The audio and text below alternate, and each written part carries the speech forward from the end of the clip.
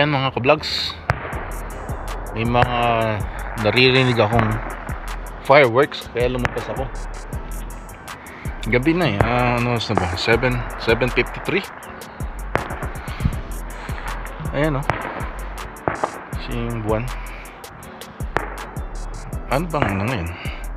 November 29. Ano bang meron sa November 29? Bakit parang may fireworks? Sa mga nakakaalam, ayan, maingay oh. Fireworks. Ayun mo, nakikita niyo yan. Yun. Hindi narinig eh. Fireworks. Ayun oh. I think somebody's a month late. Is it? What is it? What's the occasion? I have no idea, but whoever it is, they obviously have a permit because you wouldn't. Oh, right. Yeah. They wouldn't, if it was some Yahoo in his backyard, they would have shut him down by now. Oh, yeah. Okay. Yeah. All right. So, Yahoo daw. Yahoo meaning clown or Mickey Mouse. So mga Yahoo nauso nun yung Yahoo account. Ngayon wala na, Gmail na lahat. Pero may mga kakilala pa rin ako na Yahoo pa rin ginagamit. Meron pa rin akong Yahoo account kasi ano pa rin sila eh, gumagana pa rin. But Gmail in terms of popularity, it took them over, right? So yan. Ito, tingnan natin kung gumagana yung ating ano, yun, gumagana. May solar akong nilagay dyan eh. Solar yan, solar. Tapos wala na. Tapos may solar din akong nilagay dito. Tingnan natin kung mag-work. Yan, solar din. Ang bilis naman. Hindi ata siya na-charge. So yan, tapos na yung fireworks mga vlogs. November 29. Yung nagpapalakad ng aso din, tataka rin eh kung bakit siya ano. Kasi December 1st umpisa ang ano, kailangan sa backyard na lang. Ngayon ata pwede pa sa labas. November 29. Parang tinitake advantage na lang niya. So that's probably what it is. O yung light ko is namamatay siguro. Ano na yung battery, mahina na. Good morning mga ka-vlogs. December 1st, yan o, Friday. It nag-snow ng overnight, I guess. Yan, first time. Buong November wala ata tayong snow ng November, or nag-flurries lang one time. Ngayon eto, December 1st. Yan ang ating buhaysacanada. Yan. Yan mga ka-vlogs, sinuot ko na yung bago nating sapatos oh. Warm. Tapos may composite ang ulam mo. Kakainin mo ba? Hindi, kasi steel to yun eh. Oops. Sorry mga ka-vlogs, corny no? Yan.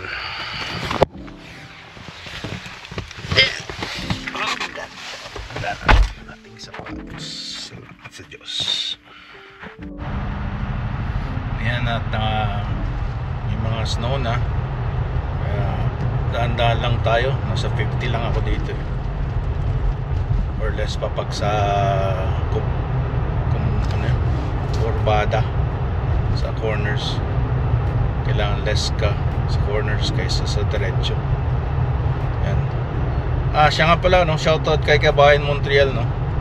So tsaka kay Sir Inags, Inags. Yan.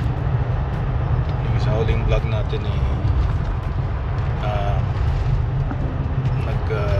sila regards for nice sharing. Yan, pinapanood ko din yan si Kabayan Montreal pagka yung sa mga gusto niyo makita ang Montreal. Wow. Madami siyang pinapasyalan doon. At saka si Sir Inag sa Edmonton. Woo! Ay, mga vlogs, dito tayo sa part ng town na sa dulo ng Moccasin Flats, yung mga tira ng mga homeless. Yan, pakita ko lang sa inyo. Yan.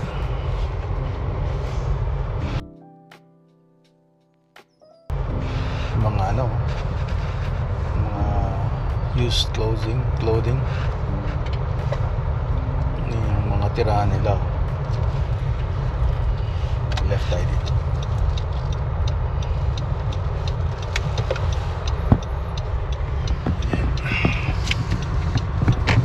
Hinahanap ko yung mga dumping ng mga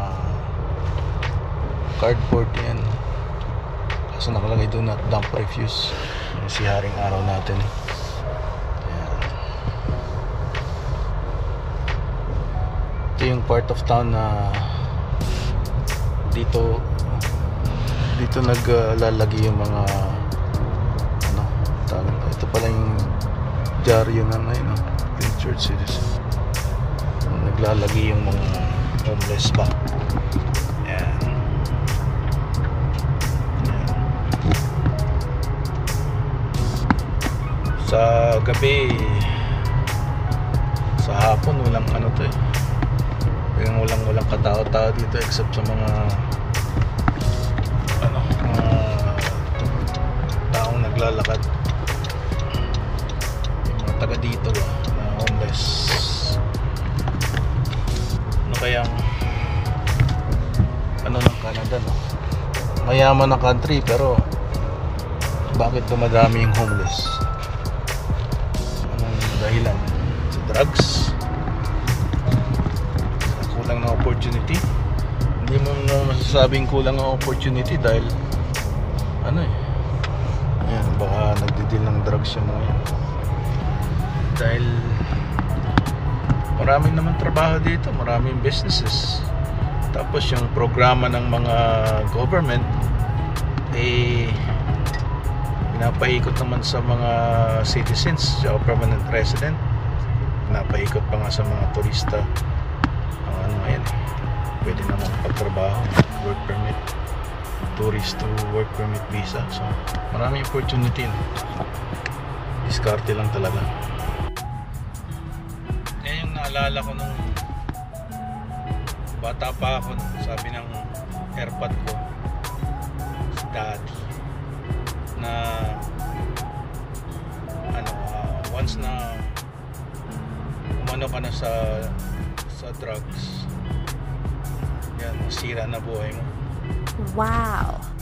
Siyempre naman yun sa mga nakatikim mo drugs, tapos syempre gusto nila more high. Habulin mo yung high mo hanggang sa wala na, yung katawan mo is independent na sa paghahanap ng high na yun, no? So iwasan nyo sa mga kabataan. Tsaka yung cannabis ngayon, lalo na legal, ang utak ng kabataan is hanggang 25 years old nag-grow pa, de-develop pa, no? So pagka below 25 nag-take ka ng ganyang klaseng drugs, masisira yung utak mo pagka below 25 ka. Pero pag adult ka na, say legal naman dito, nasa yun na yan, adult ka na, may control ka na sa katawan mo, sa utak mo, but you know, some people are getting hooked, so not necessarily na makontrol din nila, no? So kailangan din ng help, counseling. So yan. Hi mga vlogs, kumusta kayo dyan? So yun nga pala, no, sinoutout ko si Kainags tsaka si Kabayan Montreal. Yan, yun yung mga ating mga idol sa pagbablog. Woo! Tsaka kasama na yung mga ibang Canadian vlogger dito sa Canada. Yan. So dito ako sa canada.ca para sa employer. If you want to hire a worker without an LMIA, LMIA dapat yan, about the process. Ayan o. So the International Mobility Program lets you, the employer, hire a temporary worker without a labor market impact assessment, LMIA. In most cases, you have to submit an offer of employment to the employer portal. Meron siyang link, ano? After your part is done, the temporary foreign worker must apply for a work permit. Once your temporary foreign worker arrives, there are certain conditions and responsibilities that you must meet. If you don't, you could be issued a penalty. So the temporary foreign worker program, TFWP, is for hiring foreign workers who need an LMIA, LMIA. If you're hiring a temporary foreign worker to a TFWP,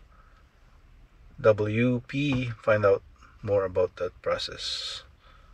Ayan. So compliance employer fee of $230, no? So for an employer, you have to submit an offer of employment in most cases to hire a temporary foreign worker through the International Mobility Program. You must pay the employer compliance fee. Also, yung temporary foreign worker should pay the employer a compliance fee of $230 and create and submit an offer of employment form through the employer portal. Your offer of employment must include information process. Also, this is for the employer pala. Employer compliance fee of $230. Yan. Must include information about your business, the foreign worker you'd like to hire, the job details, wages, and benefits.